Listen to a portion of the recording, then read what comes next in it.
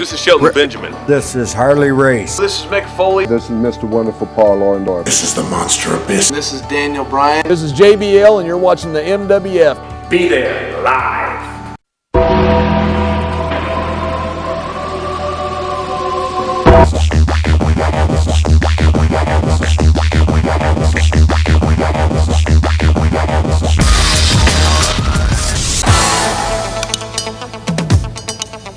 Wrestling fans from around the corner and around the world, welcome to another installment of Wrestling Insiders. I'm Dan Marotti. We're going to take a look at WWE Monday Night Raw, June the 22nd, 2015, from Indianapolis, Indiana. Before we get going, fans, we'd love for you to take advantage of some of the great offers we have here at Boston Wrestling, as well as from our partners that we team up with, so we can continue to bring you more and more great, free professional wrestling content. Don't forget that the WWE Network is going to be available to new subscribers absolutely free for the month of June. That includes WWE Money in the Bank this Sunday night, June the 14th, as well as recent big events such as Elimination Chamber, Payback, NXT TakeOver Unstoppable, and thousands of hours more in the WWE archives. It's unbelievable. It's the best value in pro wrestling media.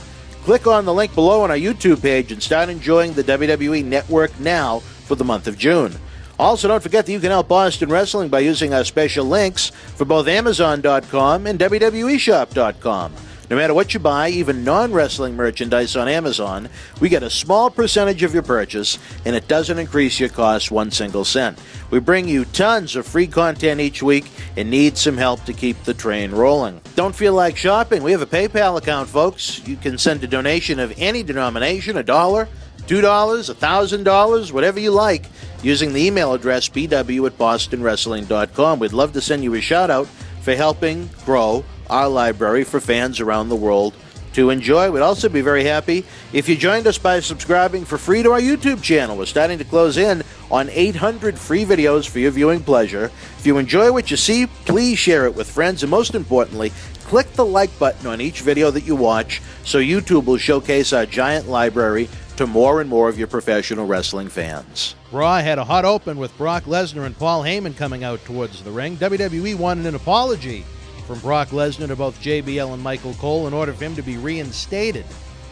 Paul Heyman said, "Seth Rollins has a first-class ticket to Suplex City, bitch." Apologized in advance for what's coming. Brock is back, and it's beast for business. July 19th at Battleground when he challenges Seth Rollins for the WWE World Championship, a rematch of sorts from WrestleMania 31. Kane defeated Dean Ambrose. We've seen this one before. We'll probably see it again. Seth Rollins came out just as Ambrose was going to hit the dirty deeds on Kane for the victory. Kane went for a chokeslam on the distracted Dean Ambrose. He got out of it and then dove through the ropes on top of Rollins. Ambrose leaped up to the top rope, but Kane caught him with a chokeslam off the top for the victory.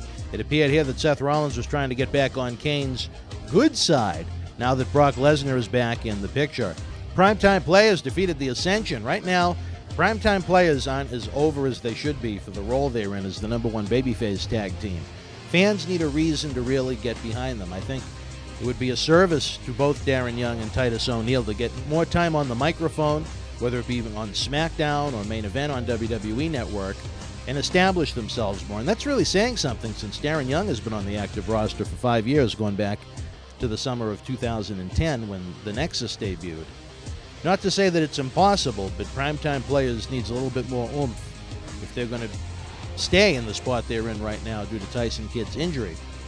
Sheamus and Roman Reigns battled to a no contest. I was waiting for one of the commentators to note that Sheamus pinned Roman Reigns in the tag team match on the previous SmackDown. That was important because Roman Reigns has very seldom lost in WWE. He's very seldom been pinned, and here you had Sheamus coming away with a victory on SmackDown, and it wasn't even noted on Raw. Why not have wins and losses actually mean something?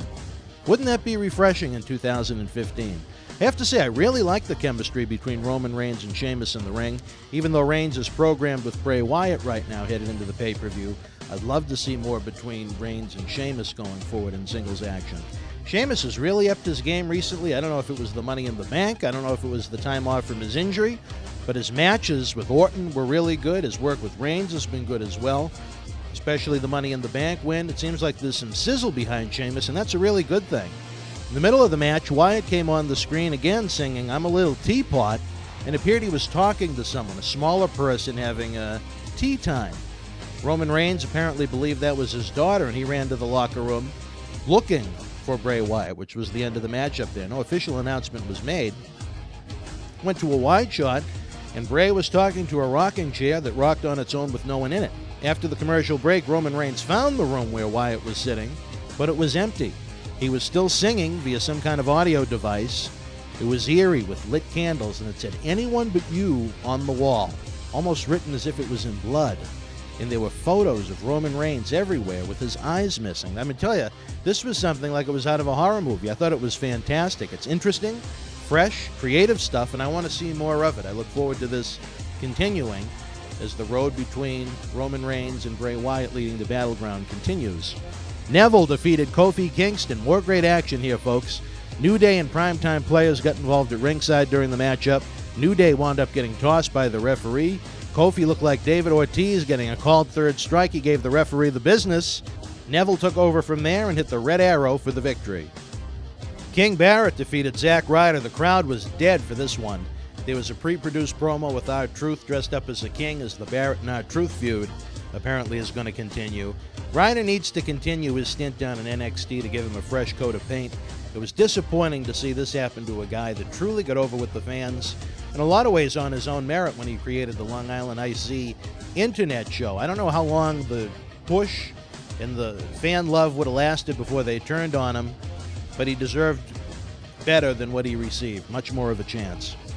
We had a long John Cena promo. To sum it up in one sentence, John Cena accepted Kevin Owens' challenge for a U.S. Championship match at Battleground. That'll be the rubber match, at least thus far, between Owens' win over Cena at Elimination Chamber and Cena defeating Kevin Owens at Money in the Bank. The Bellas defeated Naomi and Tamina. The Bellas were rancid in this match. There were so many poorly executed moves. I don't want to go there again with the Divas. Ryback defeated Mark Henry with a big splash off of the top rope. Certainly not with the grace of Hall of Famer Superfly Jimmy Snuka, but it was something different, if nothing else. Big Show is at ringside doing commentary, putting over their Intercontinental Triple Threat match with The Miz at Battleground. After the matchup, Show and Henry had a little bit of heat, teasing a confrontation, but nothing happened. In the back, Ryback was being interviewed, and the Big Show showed up. Things got physical in a hurry, and Big Show was left flying. Dolph Ziggler defeated Adam Rose. Rose and Rosa Mendez continued their little romance angle that's of zero interest to anyone. Again, crowd was dead. Nobody cared. Adam Rose was much better on NXT recently when he popped up there. This match wasn't bad, but certainly not your typical Ziggler match. Rose attempted to jump off the top rope onto Ziggler, but got caught with a super kick. After the matchup, Ziggler and Lana started making out, with Lana letting her hair down a little bit. About time Lana needs a style change if she's going to stay with Ziggler. I think the Brigitte Nielsen look needs to go. Rusev was backstage watching on a monitor. He went nuts when they started making out. Lost one of the crutches and fell over, and Summer Rae gave him a crutch back, saying that Lana wasn't worth it. What might we see between Rusev and Summer Rae? The main event segment was more of the boring, show-long authority not getting along nonsense. Seen it before, done it before. Rollins apologized to Kane and J&J Security when they came out. Then Brock Lesnar's music hit. The four stood in the ring while Lesnar circled the ring like a shark. It's going to be the 40th anniversary of Jaws coming up, so maybe that was apropos. When Brock Lesnar was up on the apron, Kane and J&J bailed, leaving Rollins all alone for Lesnar. As Lesnar attempted to go into the ring, Kane attacked him from behind. At that point, Lesnar fought everyone off, then suplexed the ever-living hell out of Rollins. Eventually, the numbers game caught up with him, and the Authority got some serious heat on Lesnar, with Rollins smashing his leg with the steel chair up against the ring post to injure his leg. Liked it a lot. I mean, this was vicious. Jamie Noble had ribs broken from when he got tossed by Brock Lesnar outside of the ring. I thought this was a good 3-hour program overall. Not great, but certainly not bad. Could have done with a lot less Authority vignettes in the back and the long promos that go on forever to get to one basic point. The show moved at a pretty brisk pace and did an effective job. Basic point, but the show moved